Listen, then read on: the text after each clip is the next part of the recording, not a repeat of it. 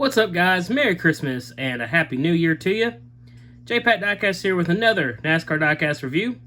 And we're going to be continuing the Daytona 500 race winner theme I've had going on here recently by looking at Michael Waltrip's 2003 Napa Auto Parts Chevrolet Monte Carlo for DEI. That, of course, he won his second Daytona 500 in 2003 after a rain-shortened race. So without any further ado, let's go ahead and get into this review of this beautiful Napa Auto Parts Chevrolet Monte Carlo. This is one of my favorite paint schemes from my childhood.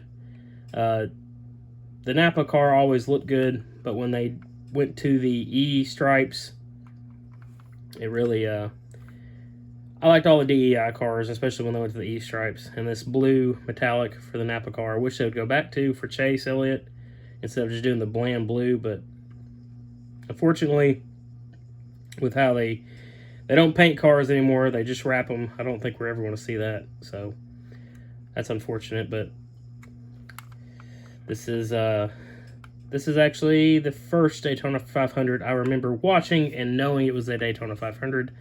Didn't watch it all the way through. It was around my birthday and Valentine's Day. I was a kid, so I don't remember much about it. And plus, it was a rain-shortened race, so I was not, sitting in the living room just watching, interviews and stuff. I do remember being at a restaurant after church and seeing Ryan Newman's flip, and I had watched all the other the Bud shootouts, the twin races, and the Busch Series race, which I actually have a review of the Dale Jr. Oreo car that won the day before this one. If you want to go check that out, I highly recommend it. It's a nice diecast. But I do remember it. I do remember the rain getting shortened and them, jumping around in the rain and stuff. But anyways, enough of the reminiscing. Let's go ahead and get into the details and damage of this car. So, of course, on the front we have Monte Carlo. We have some grill tape over the Monte Carlo. And on the upper grill, got the number 15. Got Napa on the hood. The big red Chevy bow tie. I'm not sure what that black is supposed to represent. I don't know if that's just dirt buildup. 2003, 2004, they were still trying to get it right. 2003 was really the year they got race versions, pretty good. They started actually getting good detail on them and stuff.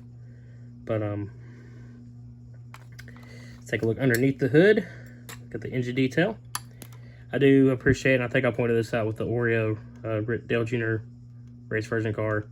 They use metal hood hinges, which makes the car feel, more collectible and just as good as Revell.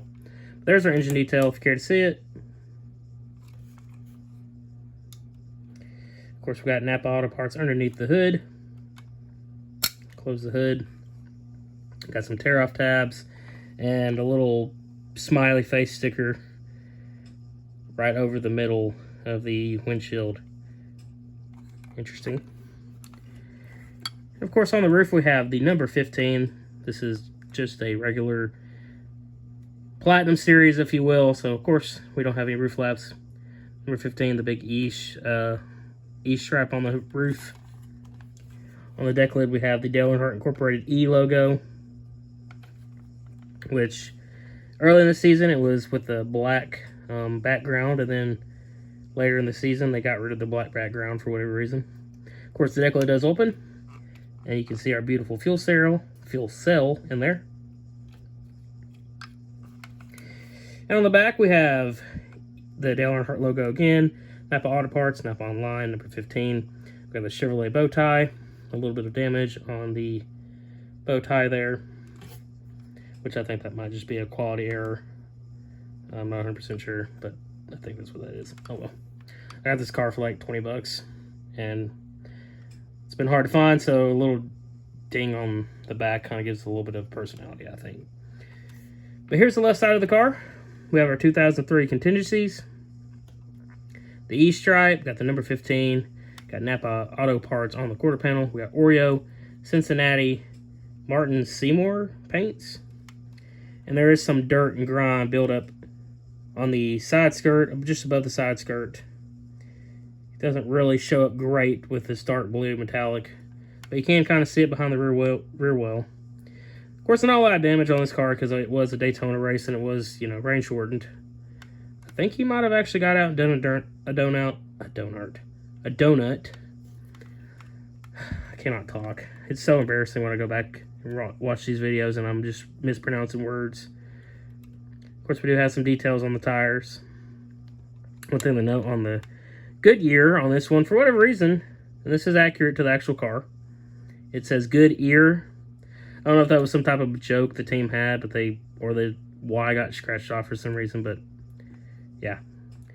It just says Goodyear. If anybody knows why that's that way, let me know. Got safety clean. Nothing on the C post. On the B post, we got Klossner ×2, Champion, spark plugs, Coca-Cola, Napa Auto Care Center, Michael Waltrip signature on the name rail, the Kentucky flag, and the DEI logo. And not really much else damage. Some dirt and grime buildup covering the contingencies on the front fender. Take a look at the right side of the car. And again, not much going on. You can see again some dirt and grime buildup behind the rear wheel. Pretty much the same as the left. Of course, we've got tire markings. And the other side of the car, if you care to see it. So there's the car itself. We'll take a look at the box. It's a bigger box. I'm going to have to kind of back up so we can look at it a little bit. Of course, this being a Revell. So yeah, got race version. Got a picture of Michael Waltrip holding the trophy. You can see the rain on it. It's wet. Picture of the car, DEI. That's a picture when it had orange valance tape, which they were running during practice in the duels. It did not finish the 500 like that. So we got Napa Racing, Michael Waltrip signature, 2003 Daytona 500 logo, February 16th, 2003, Revell.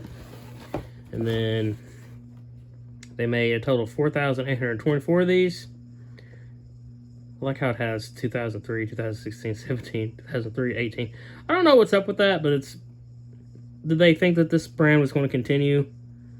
I don't know, but... Anyways.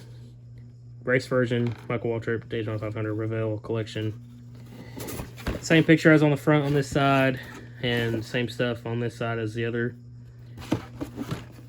Then just this kind of black space, which there's, can't see it, but there's like a silhouette of cars back there. And our legal stuff. So there's the box, and of course, it does come with your little ticket of authenticity. And it does come with the collector's case. But yeah, that's pretty much it for this review. Let's take one last look at the car. Don't need that over here. There we go. Sorry, technical difficulties. The big Revell, one of these days I'll have a better, smoother setup for recording these, but right now this is what you get. I got my iPhone on a tripod on my limited room of my desk in my man cave. So, but yeah, that's pretty much it for this review. This car, when I originally started looking for it, when I just perused it, of course I saw them everywhere. They came up like 5 or 6 when I searched it. And here recently I've just started getting back into my Daytona 500 collection. Like, that is my main focus right now. I've just got a new case that I'm going to have to put up and figure out a spot for, specifically for Daytona 500 wins. And there's a few, there's like 3 or 4 that I don't know when I'm going to get because they are just so damn hard to find. This one comes in different versions. The best version for your average collector is this one, the Revell version. They also have the Elite, which of course runs anywhere from like $100 to $200. I believe there's one listed on eBay for like $200. I don't like the Elites from that time.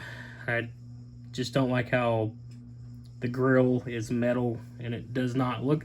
It looks less detailed when you compare it to the actual car. I understand it's more valuable, but that's just my personal thing. And then, of course, Napa made promos of like every year Michael Waltrip drove for the 15 car. And that one's pretty easy to find. It's a little different than this version, actually, because it has the signatures of the crew. The 2001, all of them have that, but the 2003, this one doesn't have it, obviously. But the promo version, which is just basically a Gold Series car, you do have posable front wheels. The deck lid doesn't open, and you don't have as detailed tires, like you don't have the yellow around the rims. But those still go pretty expensive. And I'm not going to pay that much for a promo. But, you know, if you're looking for one, that's one way to get it. But anyways, that's pretty much it for this review. It's just a nice, you know, not a lot to say. Nice classic scheme, the 2003 Daytona 500 race version of Michael Waltrip. That's pretty much it for this review. I hope you enjoyed it. I hope you learned something along the way. I want to give a shout out to you guys. You guys have been awesome. Getting a lot of follows. You guys really seem to like my Chase Elliott Hooters video, and I appreciate that so much. Yeah, thanks for the support. It means the world to me. I hope you guys have a very Merry Christmas, Happy New Year, Happy Hanukkah, whatever you celebrate. And we will see you on the next one. Peace out, guys.